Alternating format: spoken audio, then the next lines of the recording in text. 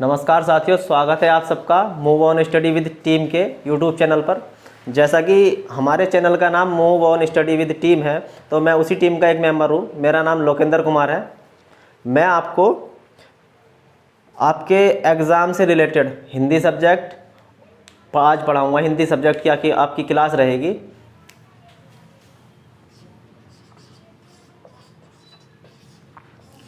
हिंदी आपके एग्ज़ाम में एक तो आपका एसआई का एग्ज़ाम आ रहा है यूपी में, और बीएड का एग्ज़ाम भी पोस्टपोन हो गया है। उसकी डेट आ जाएगी जल्दी ही, जैसे ही कोरोना काल ख़त्म होगा।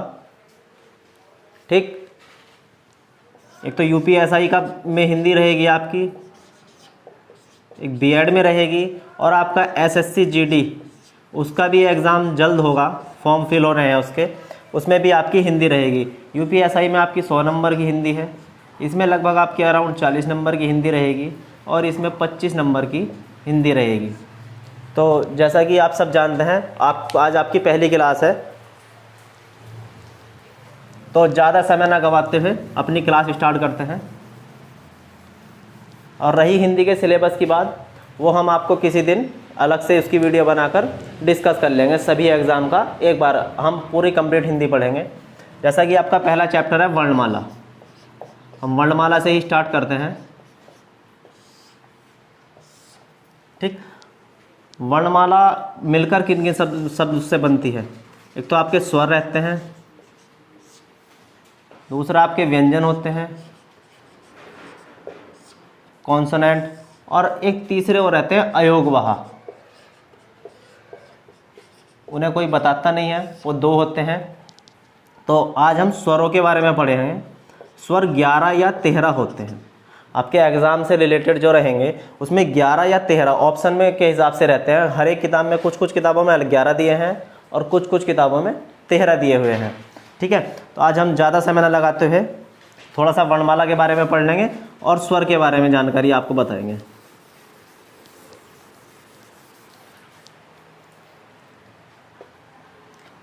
देखिए, वर्ण होता क्या है?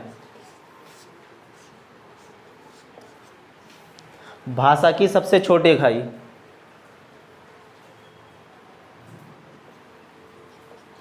भाषा की सबसे छोटी इकाई।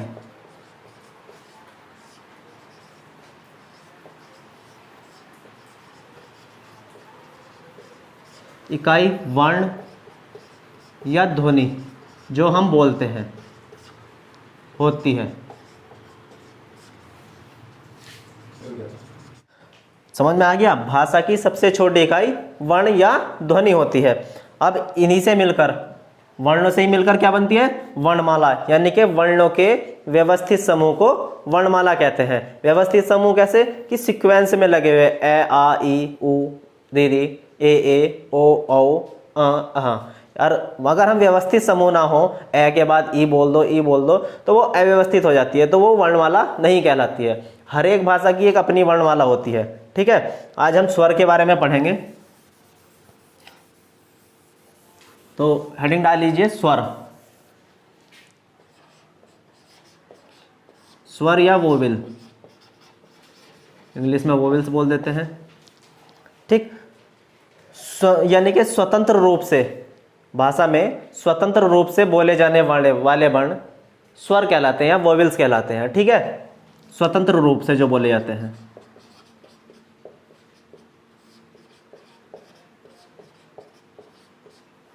स्वतंत्र रूप से बोले जाने वाले वर्ण स्वर या वोवेल कहते हैं। ये उच्चारण के स्थान पर,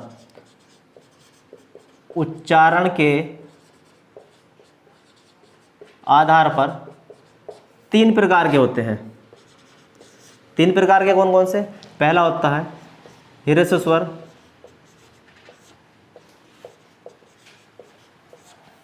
दूसरा होता है दीर्घ स्वर, और तीसरा प्लुत स्वर।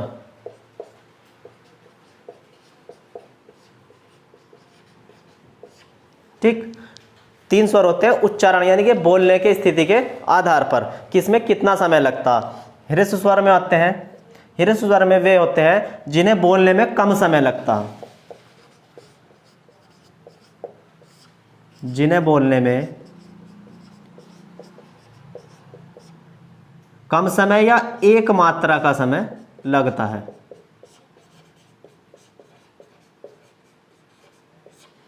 दीर्घ स्वर को दो मात्रा का समय लगता है, यानी कि पहले हम ह्रस्व स्वर के बारे में ही पढ़ लेंगे जितने भी पॉइंट होंगे।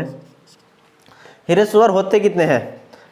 ह्रस्व स्वर लिख लो, ए यानी कि एक मात्रा वाले, ए, ई, ऊ और रीरी। कुछ किताबों में रीरी ह्रस्व स्वर के अंतर्गत नहीं आता, इसे अलग ही रखा गया है। ठीक, ये ह्रस्व स्वर हो गए। नोट करना चाहे तो नोट कर सकते हैं। दूसरा हेडिंग डालो, दीर्घ स्वर। दीर्घ स्वर आ जाते हैं जिन्हें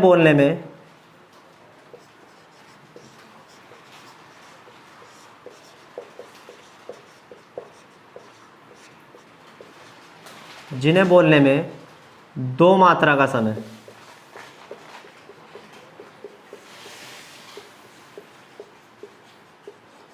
दो मात्रा का समय लगता है। ये कौन कौन से हो जाएंगे? आपके आ, ई, ऊ, ए, ओ, औ। ठीक, ये आपके दीर्घ स्वर के अंतर्गत आते हैं। ठीक, तीसरा आ जाता है आपका प्लुत स्वर।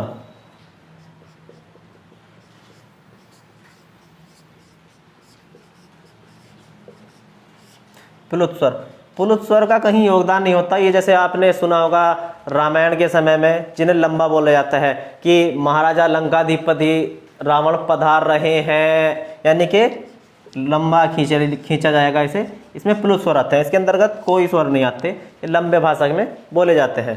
ठीक, अब हम एक बहुत इंपॉर्टेंट है जो आपको किसी भी क्लास में कोई नहीं बताता, यानी कि इनका उच्चारण स्थान कहाँ पर होता है। स्वर और भी प्रकार से हो सकते हैं, यानी कि जीभ के आधार पर, यानी कि जीभ का कौन सा भाग उन्हें बोलने में काम आता है, लेकिन वो ज़्यादा आपके लिए इम्पोर्टेंट नहीं है। कभी कि आप उसे चाहते हैं तो किताबों से पढ़ सकते हैं। ठीक, हम आगे आपको इस चीज़ में एक ध्यान रखते हैं कि स्वरों का उच्चारण स्थान तो सबसे इम्पोर्टेंट है, आजकल एग्जाम में आ भी रहा है। स्वरों का उच्चारण स्थान, उच्चारण स्थान से यानी कि इनके बोलने में शरीर का कौन सा अंग काम में आता है। ठीक, तो जो जितने भी हम आगे अक्षर या वर्ण पढ़ेंगे, एक तो होता है कंठ। कंठ यानी कि गला, जिन्हें बोलने में गले का प्रयोग होता है। तो उसमें आते हैं आपके ए, आ। ठीक, कंठ में यानी कि ए, आ, कंठ का प्रयोग हो रहा है। दूसरा होता है आपका तालव्य।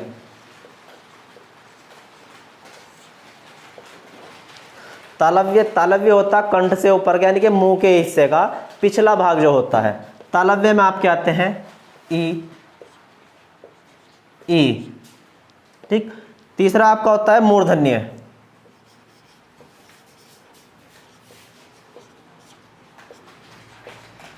मूर्धन्य होता है आपका रीरी, एक ही वर्ण आता है रीरी, यानी कि मुंह के अंदर का जो मसूड़ों का अगला भाग होता है।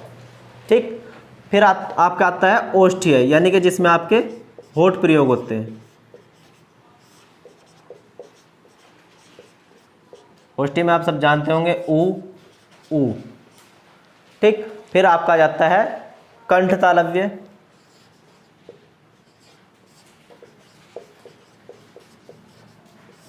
कंठ तालव्य में आपका ए, और फिर आता है कंठोष्ठ्य।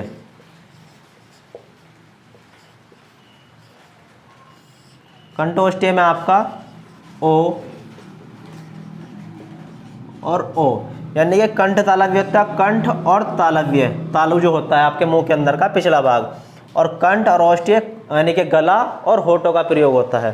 तो ध्यान रखेंगे, ए जो मिलकर बनता है वो ए प्लस ई से मिलकर बनता है, और ये ई प्लस ई से मिलकर बनता है।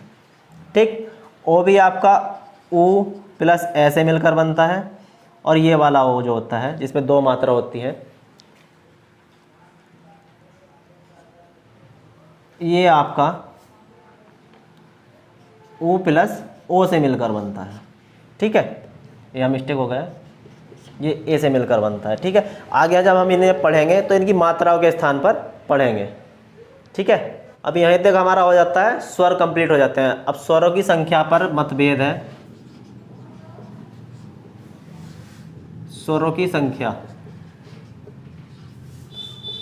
संख्या 11 हो सकती या 13 हो सकती। कुछ बोलने के आधार पर होते हैं और कुछ लिखने के आधार पर। हर एक किताबों में अलग अलग है, आपको ऑप्शन के हिसाब से टिक करना पड़ेगा, ठीक है।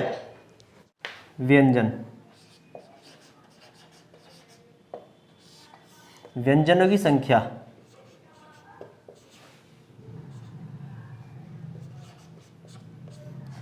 जो होती है इसकी 33 या 35 होती है, ठीक है। एक बार हम व्यंजनों के बारे में पूरी जानकारी लेंगे, कौन कौन से वर्ग होते हैं। एक आपका क वर्ग होता है, च वर्ग, ट वर्ग, त वर्ग और प वर्ग, ठीक है। जितने भी पांचों वर्ग होते हैं आपके 4 अंतस्थ व्यंजन होते हैं।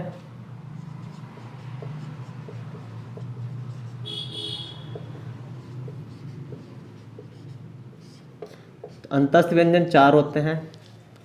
फिर आपके ऊष्म व्यंजन आ जाते हैं।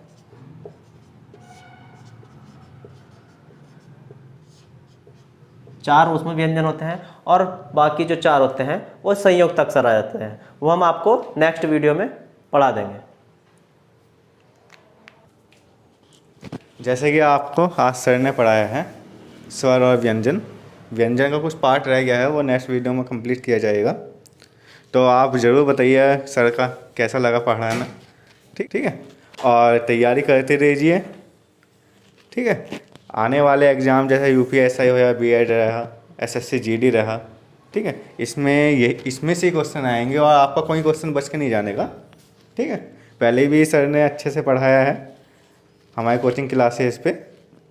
और कहना चाहता हूँ कि हमारी वीडियो को ज़्यादा से ज़्यादा लाइक कीजिए, सब्सक्राइब कीजिए और शेयर ज़रूर कीजिए।